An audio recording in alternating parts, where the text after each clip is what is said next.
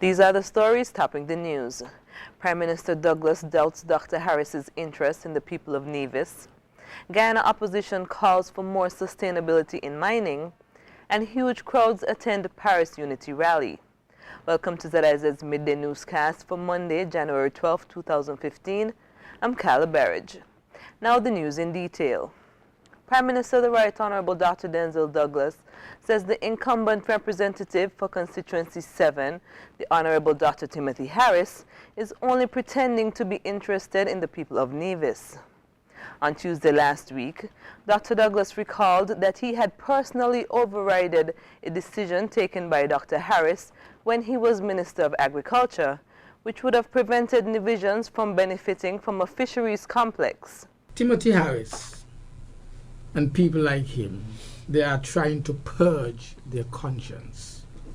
Timothy Harris, when he was the Minister of Agriculture, tried desperately against the wishes of the federal government, which I was leading, tried to deprive the people of Nevis of the fisheries complex which was due to them.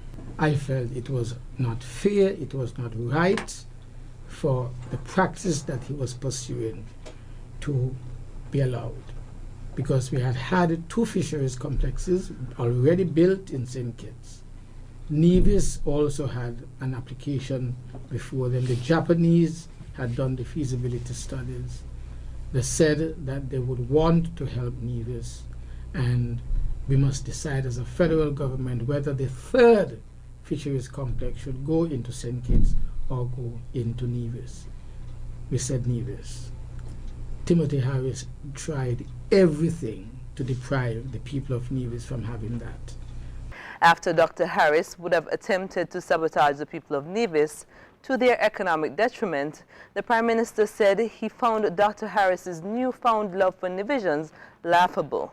So when Timothy today is trying to pretend that he loves the people of Nevis, and all of a sudden, like Columbus, is discovering that he has relatives in Nevis, it is really an attempt to purge his conscience.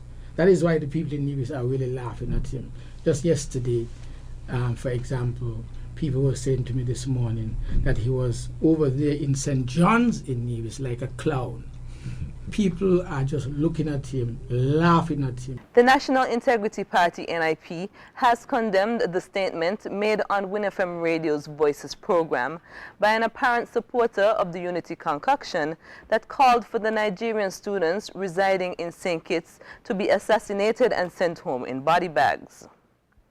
In a press release issued by the NIP on Monday morning, the leadership of the party said the statement was highly irresponsible and has the potential to flare up acts of violence against all foreign nationals residing in the Federation. The NIP noted that many Kittitians and Nevisians, including those studying abroad, have the right to vote in other countries' elections. It added that St. Kitts and Nevis has benefited tremendously from the contributions of Nigerian students to the local economy. The NIP stated that the deafening silence of the management of Win FM on this matter was troubling and called on the management of the radio station to condemn the threatening statements and issue a public apology to Nigerian students. Meanwhile, the NIP is also deeply concerned and troubled that some members of the Unity concoction have been using very threatening language against foreign nationals, particularly Nigerian students. Leader of the NIP, Glenn Y. Blanchett, said this type of irresponsible behavior must stop immediately, suggested that threats targeting against non-nationals ought to be investigated by the police. Nevisian-born Alexander Hamilton, who is credited as a United States founding father, was remembered in a big way on Friday, January 9th, 2 days before his birthday. On Nevis, a ceremony was held on the grounds of the Alexander Hamilton Museum in Charlestown, and in New York, members of the Lower Manhattan Historical Society and the Alexander Hamilton Awareness Society specially honored him. As part of the local celebration, secondary students received scholarships, an ongoing initiative of the Alexander Hamilton Scholarship Fund. Alexander Hamilton was born on January 11th in Nevis. Now we'll look at news on the regional scene. As Guyana's mining sector continues to face more challenges, the major opposition party wants to see more plans implemented to make the industry more sustainable. The mining industry is in need of more support and attention, says Dr. Rupert Rupnarine, a Partnership for National Unity's second-in-command and Shadow Natural Resources Minister. My own feeling is that the Guyana Gold and Diamond Mining Association needs to, I think, accelerate the move towards getting some kind of multi-stakeholder body going to advance its own interests as well. Dr. Rupnarine, who was speaking at the Partnership's weekly press conference, said there is also a need to revisit the Mining Act. Again, to see whether or not the Mining Act as it presently stands is one that needs to be reviewed, needs to be strengthened in sections. I mean, I believe, for instance, the environmental bond that is stipulated there is hopelessly inadequate, given the cost of remediation after a particular area has been mined, and so on. So I think there's a lot of work that still needs to be done in relation to the regulation of the industry, and that is something in which the Gold and Diamond Mining Association has to play its full part. Opposition leader David Granger said several areas of concern will be addressed if elected into office. The areas mentioned are the development of hinterland infrastructure, security, municipal administration, indigenous land rights, public service and royalties, rental rates and equipment. The mining industry is said to be one of the main sources of revenue for Guyana. However, local miners have constantly complained of being neglected by government, while foreign investors are granted concessions. Reporting for Capital News, Ivor Wharton. In St. Lucia, the National Council on Public Transport says big changes are coming to the public transport sector. Here's more. The National Council on Public Transport is working on a number of initiatives that it hopes will improve the functioning of the local bus system and address public complaints about the quality of service. The NCOPT has a committee in place to look at the issues and to make recommendations to the government. Recommendations that it hopes will be legislated. One of them would be the associations would have to run with uniforms. The other one would be that of you could either go a rotation format or a scheduling format.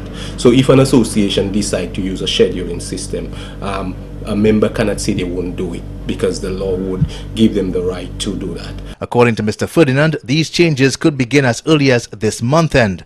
The implementation of the cashless system, he says, may not be too far behind. The cashless system would just give an overall change to the whole appearance of the sector.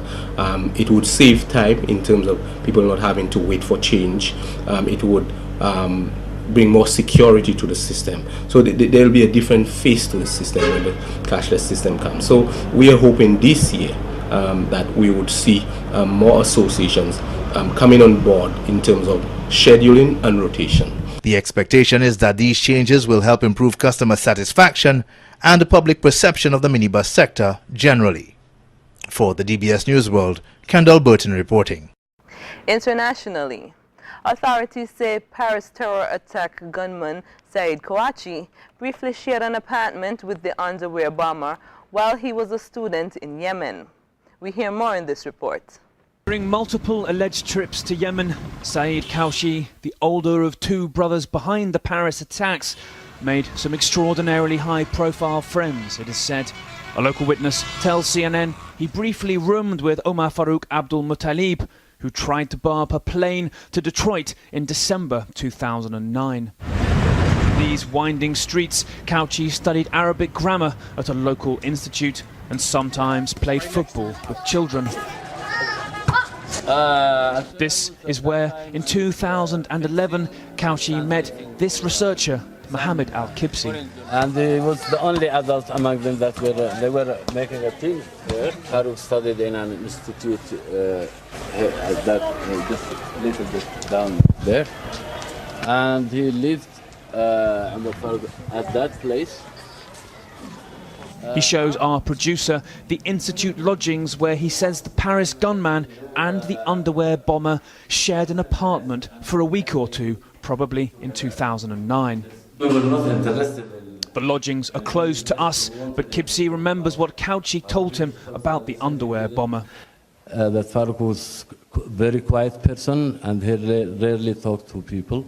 Those former lodgings are now office space. The school closed down. Despite this link to one of the most famous attempted bombers of the last decade, somehow Quiet Kaushi later fell off the French intelligence radar. He was a very nice guy, very cheerful, polite. One Yemeni official tells CNN Kauchi met Al-Qaeda loyalists in Sana'a, the streets of the capital, perhaps holding so many secrets about how the Paris attackers learned their brutality. Hundreds of thousands of people, joined by dozens of world leaders, attended a rally through Paris to honor the 17 people killed in some of the worst attacks on the French soil. Al Jazeera's Rory Challenge reports from Paris. Hundreds of thousands of French citizens gathering in Place de la République. Some are predicting it could be the biggest march in Paris in 70 years, all paying tribute to the victims of last week's violence. I hope that at the end of the day everyone is united. Everyone, Muslims, Jews, Christians, Buddhists, we are humans first of all. Religious solidarity, but also fear is forefront after the shootings, and joining the public march are religious leaders. Jewish in particular are voicing their calls for action after a kosher supermarket became one of the targets of the Paris violence. Nous sommes blessés. We are wounded, we are angry. We think substantial, urgent and serious measures need to be taken. Up to 50 world leaders are also expected to show their support by walking shoulder to shoulder with the French public. And it's also galvanised European leaders into action. Interior ministers from across the EU and the US have descended on Paris to hold a meeting on how to better work together on counter-terrorism. Protecting their populations against such ideological violence has been a key concern of Western governments for decades. But these particular attacks have reminded European and US leaders that this is an international problem and one they must tackle together. We need to act. That is what is called for. We are taking action, but we know it's difficult and that what happened is reviving fears. Let's not be afraid. Let's not be afraid to be journalists. Let's not be afraid to be policemen. Let's not be afraid to be Jewish. Let's not be afraid to be a citizen. From terrible acts of violence has come a unity through grief and shock, not just from the French, but from the rest of the world. This is an unprecedented gathering of regular people, heads of state and religious leaders, all with one hope in mind, a united end to violence. Rory Challens, Al Jazeera, Paris. Now the weather. Today will be mostly cloudy with passing showers. Temperatures will reach a high of 28 degrees and a low of 24 degrees, with winds blowing from the east at 20 to 30 miles per hour. This evening's skies will also be partly cloudy with showers. Sunset will be at 5:56 p.m. That's it for ZIZ's midday newscast. Join us at 6:30 and 7 p.m. for the evening news. Thank you for joining us. I'm Carla Berridge.